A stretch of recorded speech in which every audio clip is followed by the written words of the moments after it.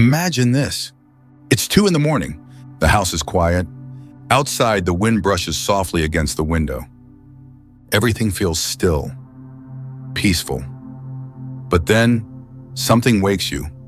At first, you can't quite put your finger on it. Maybe it's just a strange feeling in your chest, or a tingling in your hand. You try to roll over, but your arm won't move. You blink, and the room doesn't look right, like the floor is tilting. You sit up, or try to. Your balance is off. Your face feels heavy on one side, and when you try to say something, anything, the words don't come out right. They sound wrong, slurred, jumbled. You know your own voice, and that isn't it. Then it hits you. This isn't just fatigue. This isn't low blood sugar. You're not just tired. You're having a stroke, and you're alone. No partner in the next room, no caregiver down the hallway, no one to shake awake, just you, your body, and time that's slipping away faster than you can measure it. What do you do? That's not just a question. It could be the question that decides the rest of your life. Because here's what no one likes to say out loud. If a stroke hits and you're alone, you only have a few minutes to protect everything that matters. Your speech, your memory, your mobility, your independence. You only get one shot, one chance. And in that moment, luck won't save you, but knowledge can. If you're over 60 and you live by yourself, even part of the time, this isn't something to panic over, but it is something to prepare for, because it doesn't take a major health crisis for a stroke to strike.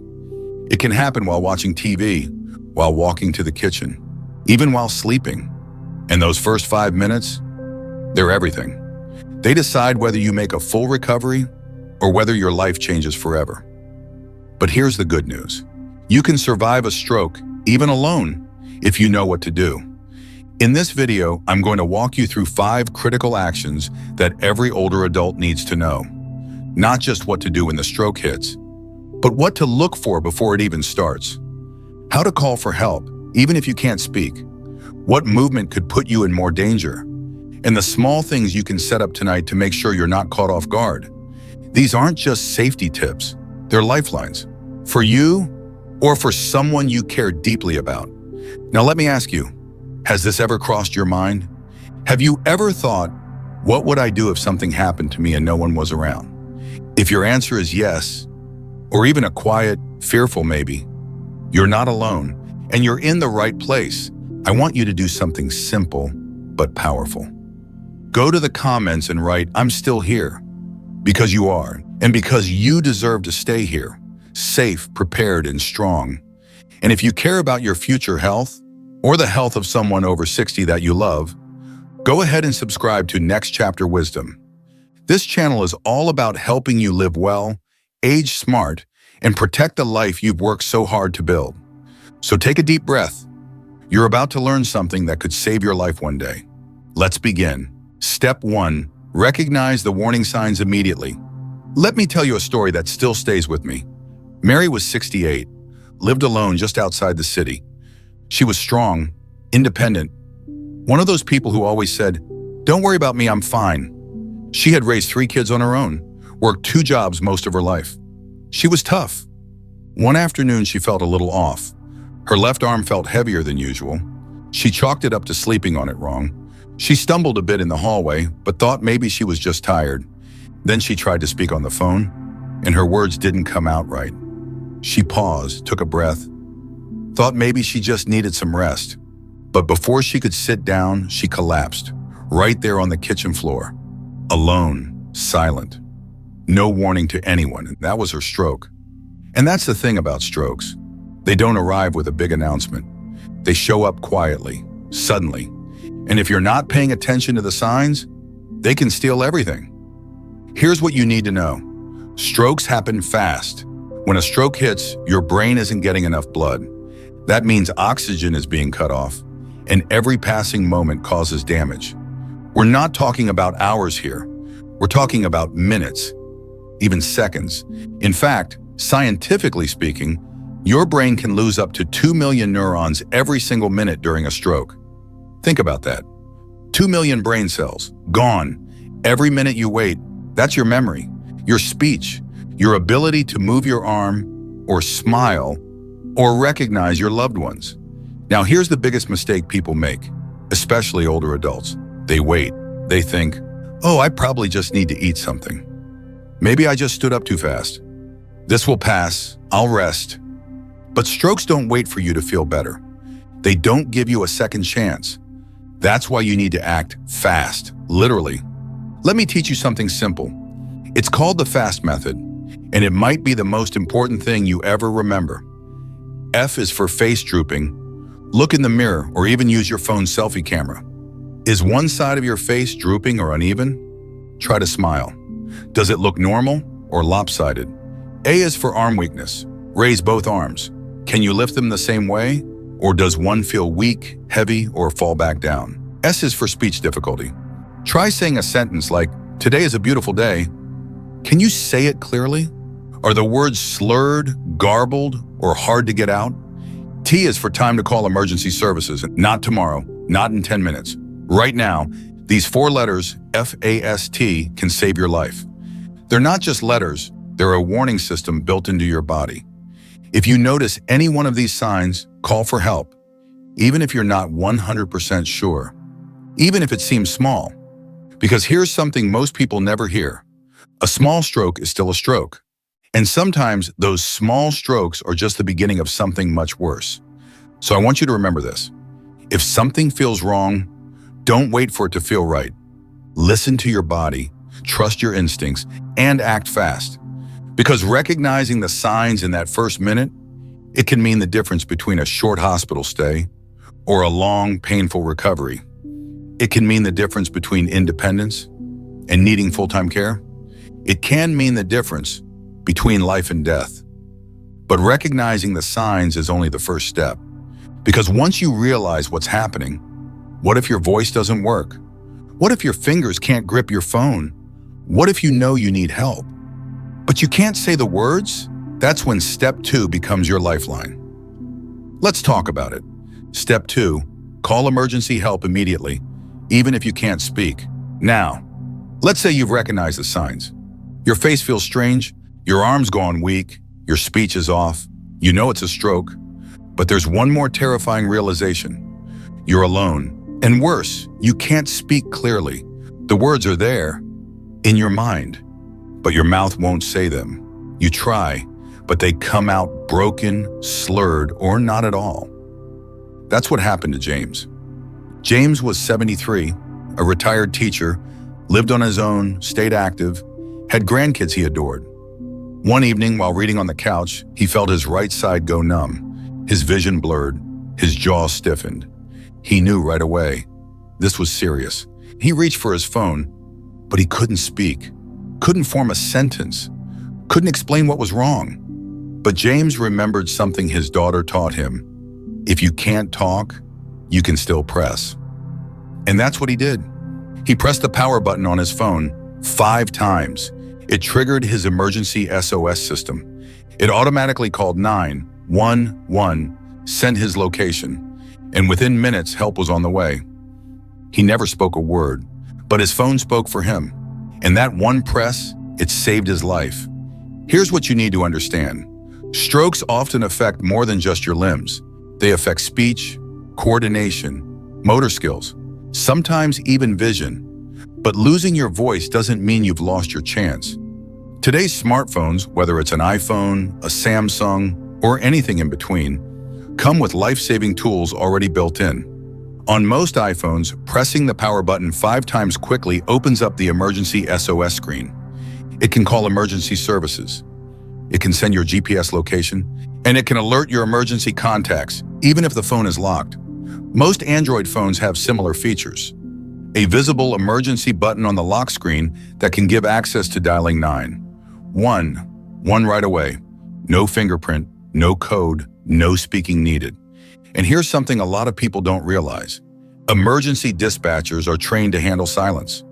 If you call and don't say a word, they don't hang up. They listen. They trace the call. They send help, even if they hear nothing but the soft sound of breathing. So the fear that no one will respond if I can't talk, it's a myth. Silence doesn't mean you're helpless, but only if the call goes out. So let me ask you, If something happened tonight, could you reach your phone? Could you unlock it? Would you remember how to trigger that emergency call? Because if the answer is no, don't feel bad. You're not alone. But you can change that. Tonight, do this one simple thing. Place your phone on your nightstand, within reach. Plug it in, keep it charged, and keep it accessible. Not across the room, not under the pillow. Right next to you. Then go into your phone's settings. Look for emergency SOS or medical ID. Fill in your information. Add your emergency contacts. Enable autocall features if available. You can also install apps like Red Panic Button, Get Help, ICE in case of emergency. Some of them let you press a single button, even shake your phone, and it alerts loved ones or emergency services. And if you want extra protection, consider wearing a medical alert device. There are discreet options now, watches, pendants, even rings that can contact help with just one tap. You don't need strength, you don't need words, you just need a plan. Because that one press, that one small action, it might be the only voice you have in that moment. And it just might be loud enough to save you. But what happens if you can't even press the button? If your body won't cooperate? If your phone is across the room and your arms just won't respond? Then the next step might surprise you. Let's talk about how staying still might actually be the smartest thing you can do. Step 3, stay low and stay safe. Now, let's say your phone's out of reach. Your hand won't move, your voice is gone. Your first instinct might be to get up, to crawl, to drag yourself across the floor, maybe to the front door, the kitchen, the bathroom, anywhere you think help might be. But I want you to pause for just a moment and hear me clearly. Sometimes trying to move can do more harm than good. Let me tell you about Elena. Elena was 74, a widow, still very independent. She lived alone but stayed active, walked every morning, made her own meals, even taught Sunday school. One night, she woke up disoriented. The left side of her body wasn't working right. She tried to stand, thought maybe she just needed to get to the bathroom and splash water on her face. But as soon as she stood up, her leg gave out. She fell hard, right onto the tile floor. She broke her hip, hit her head, and by the time help arrived, she was unconscious, bleeding, and severely injured. Elena survived, but her recovery, it took over a year, and she never fully walked the same again, all because she did what so many people do in that moment. She tried to move. Now look, I get it. When your body feels wrong, your first instinct is to fix it, to act, to go somewhere, grab something, do anything. But during a stroke, movement is not your friend. Here's why. Strokes attack your brain's ability to coordinate. That means your balance is off. Your strength is reduced. Your vision might be blurry. Even simple movements like sitting up or taking a step can turn into serious accidents. So here's what you should do instead. If you're standing, sit down immediately, slowly and carefully. If you're near a wall or piece of furniture, lean against it as you lower yourself. If you're already on the floor, stay there. Now, this part's important. Lie on your side, not flat on your back, not face down, but on your side with your upper knee bent if possible. This keeps your airway open in case you become unconscious. It also helps in case you vomit, which unfortunately can happen during a stroke. Next, protect your head. If you can, grab a pillow, a folded towel, a jacket, anything soft. Slide it under your head or lay it beside you in case you roll. This helps prevent further injury and gives your body a chance to stabilize. Then, just stay still. I know that's hard, especially when your heart is racing, your mind is scared, and everything inside you says, do something. But in this case, stillness is survival. Now, if you're able, use your environment. Make noise. Bang the floor with your heel or hand.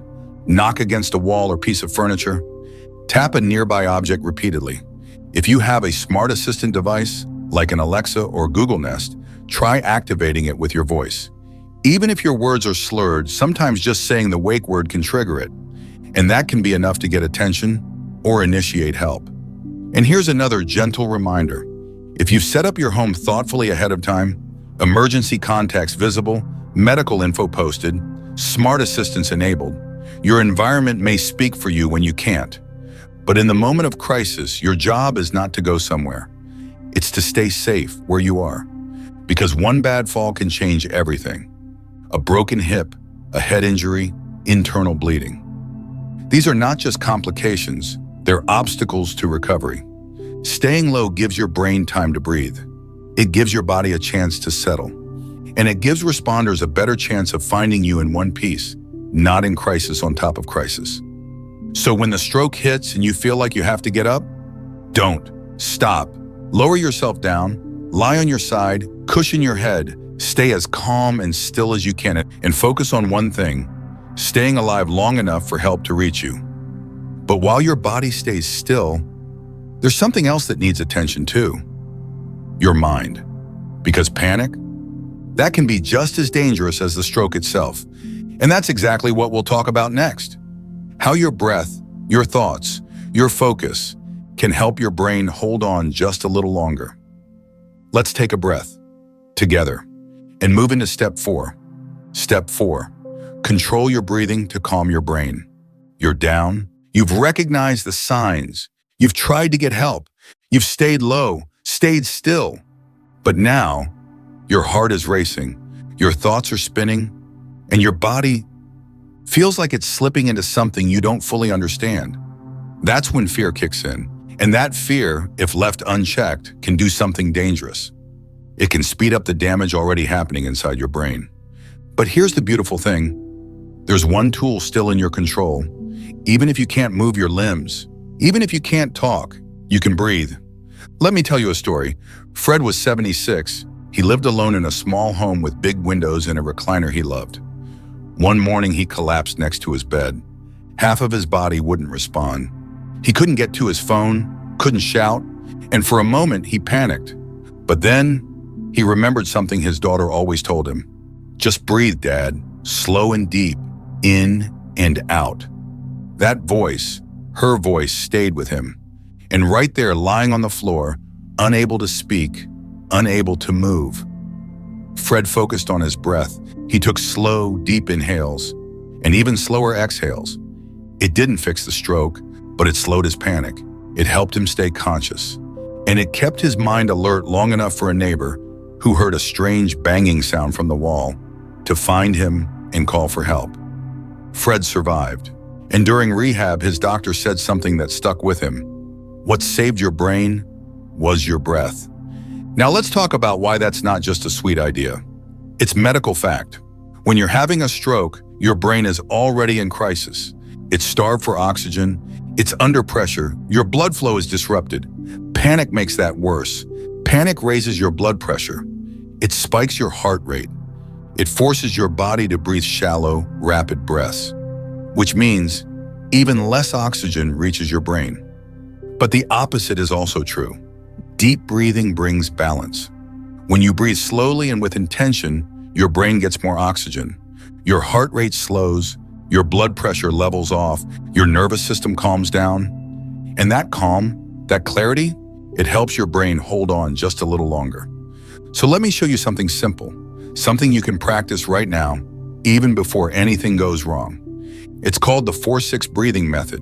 You don't need equipment, you don't need movement.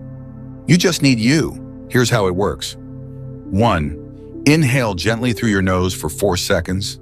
Let your lungs fill. Count slowly in your head. 1, 2, 3, 4. 2. Hold your breath for 2 seconds. Not tight, just enough to pause. 1, 2, 3. Exhale through your mouth for 6 full seconds. Let it out slow, steady, smooth. 1 more, 2, 3, 4, 5, 6. And then repeat over and over. In for 4, hold for 2, out for 6. This pattern sends a signal to your nervous system, a message that says, it's okay, you're still here, you're still in control. And that message matters more than you think, because fear can spiral you deeper into danger. But your breath can anchor you, keep you present, buy you precious minutes. Keep your brain alert until help arrives. It's not just a breathing trick, it's brain protection. And in a moment when everything else feels out of your hands, this is yours to hold. So tonight, practice it once before bed. Try it again in the morning. Make it part of your daily rhythm. So when the crisis comes, if it ever does, your body remembers what to do. And now we've reached a powerful truth. Yes, recognizing the signs is crucial. Yes, calling for help is urgent. Yes, staying still and breathing deeply can make the difference. But what if I told you the best way to survive a stroke is to prepare for it before it even happens? Because sometimes the real fight isn't during the stroke, it's before, in the choices you make every day. And that's exactly what we'll talk about next. Step 5, prepare ahead of time, your stroke survival setup. Let me tell you a story about Angela. Angela was 72, lived in a quiet apartment on the second floor of a modest building. No husband, her children lived a few cities away. She was sharp, independent, and a little stubborn. She didn't like talking about illness. She said, "I don't want to live in fear." Then one afternoon she had a scare. Not a full stroke, but something close. Her hand went numb. She felt dizzy. Her speech got slurred for a minute. By the time she decided to call her doctor, the symptoms had passed. But the message, it stuck. So she decided to do something many people avoid. She prepared. She printed out a list of her medications and emergency contacts and taped them by the front door. She made copies, one for the fridge, one by her bed, one in her purse. She set up the emergency SOS function on her phone. She bought a simple wearable alert button. Nothing fancy, just something she could press in an emergency. And the best thing she did? She placed a smart speaker in every main room, living room, bedroom, kitchen, all of them programmed to call her daughter or emergency services with just one word. A few months later, the real stroke came. While she was alone in her bedroom, she couldn't reach her phone, couldn't move her legs, but she could speak. And because of her setup, all she had to say was, "Call for help." The system dialed her daughter. Her daughter called 911. Paramedics were there within 15 minutes. And Angela, because she acted before the stroke, got help in time to avoid permanent damage. That's the power of preparation. And here's why it works. When emergency responders enter your home, they need information, fast. They don't have time to search drawers or guess. They need to know what medications you're on, who to contact, your health conditions, your allergies, your location, your name. And if that information is visible and easy to grab, your survival chances improve dramatically. Now let's talk about a dangerous myth. It won't happen to me. People say this all the time. But the truth? Every year, over 795,000 people in the US alone have a stroke. Almost 1 out of every 4 are people who have had one before, and many of them were completely alone when it happened. So let me gently ask you, why not prepare? Why leave something so important to chance? And I don't mean preparing in a way that feels overwhelming. I mean small steps, smart steps that you can do today in under an hour. Here's what I want you to do tonight. Step 1, place emergency numbers by every phone. Print a list with your name, primary contact, secondary contact, your address, list of medications, known health conditions. Put one by your landline, your mobile charging spot, the fridge, and your bedside table. Step 2, activate medical alert features on your phone. Go into your phone settings, set up medical ID on iPhone or emergency info on Android. Enable automatic emergency calls. Make sure emergency responders can access your info without needing to unlock your phone. Step 3, consider a wearable device. There are now discrete devices you can wear as a pendant, bracelet, or even watch. Some come with fall detection. Others can be pressed with just one hand. They can alert emergency services or a loved one instantly. You don't need something expensive, you just need something within reach. Step 4, share your stroke plan. Write down what you've prepared. Give a copy to a loved one. Talk about it with a friend, a neighbor, someone who checks on you occasionally. You don't need to go through this alone. Even if you live alone, this is your life, and your life deserves a plan. Because when that moment comes, you won't have time to think. You won't have time to prepare. You'll only have time to react, and the only thing that will help you in that moment is what you've already set in motion. Preparation isn't fear, it's power. It's a gift you give your future self. A quiet promise that says, I'm worth protecting. So tonight, take just one of these steps, and tomorrow, maybe take another. Because you don't need to prepare everything at once, you just need to start. Now, we've walked through the 5 steps that could save your life during a stroke. But let's pause for a moment and talk about what this really means. Let's talk about the emotions behind it and how this isn't just about emergencies. It's about peace of mind. Let's move into something deeper, the emotional climax, and the truth no one talks about. When we talk about aging, let's pause for a moment, not to rush ahead, not to repeat what you've already heard, but to take in what this really means. It's not easy.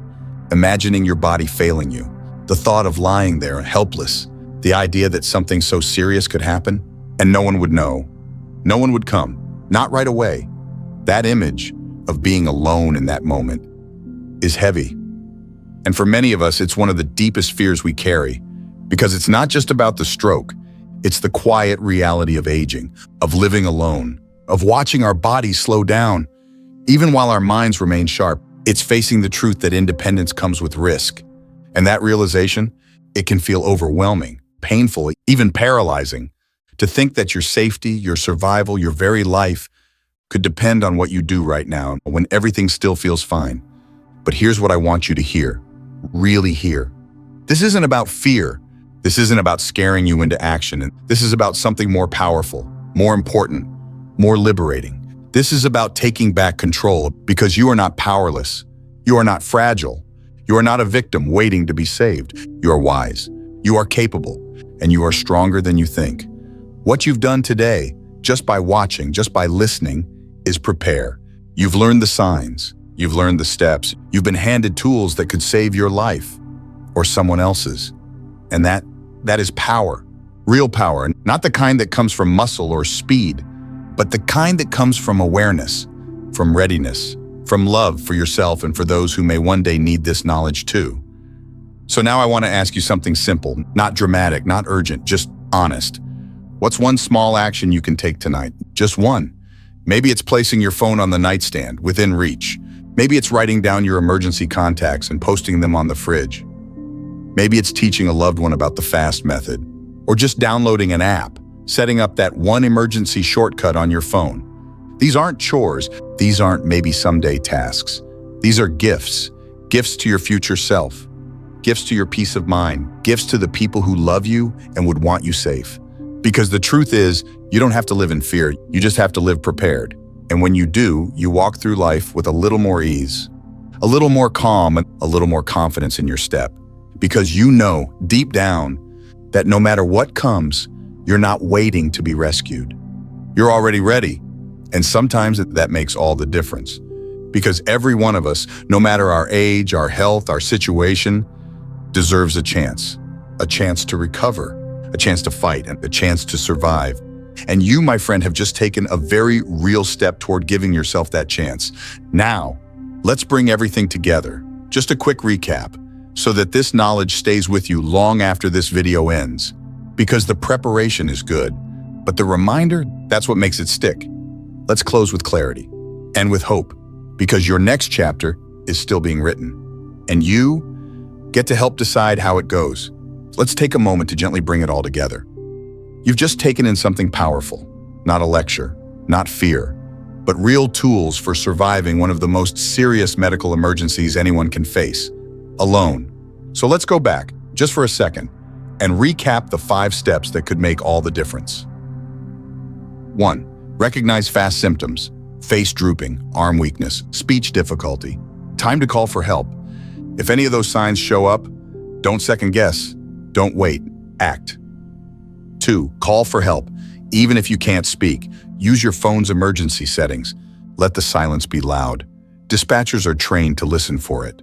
Even one press can be your lifeline. 3. Stay low and still. Don't try to walk it off. Don't force yourself to move. Protect your body by lying down, turning to your side, and staying where it's safe. 4. Breathe with purpose. Your breath isn't just calming, it's protective. Slow, deep breathing keeps your brain alert and buys you time.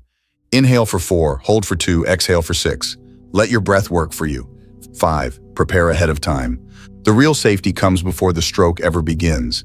Set up your home, your phone, your contacts. Give yourself the best chance possible, not someday, but today. Because these 5 simple actions, they don't just protect your body, they protect your freedom, your dignity, and your future. Now, I want to hear from you. Let's keep this conversation going. Which of these steps do you think most people don't know about it? Is it the breathing, the emergency phone setup, and the importance of staying still? Or have you or someone you love ever had a close call? Something that made you stop and realize just how fragile this life can be? Drop a comment below. You never know who might read your story and be saved by it. This isn't just about information. This is a community, one where we help each other get wiser, stronger, and safer together. And if you found this video helpful, if it gave you something to think about, if it gave you peace of mind, if it made you feel a little more in control, then I invite you to subscribe to Next Chapter Wisdom. Here, we don't just talk about aging, we talk about living with clarity, with dignity, with strength, and with a plan. Because your next chapter isn't about slowing down. It's about getting smarter, safer, more prepared, and more you than ever before. So thank you, truly, for spending this time with me. You've already done something powerful just by being here. You took a step. You chose knowledge over fear. And that, my friend, is exactly where strength begins. Stay strong, stay safe, and I'll see you in the next video.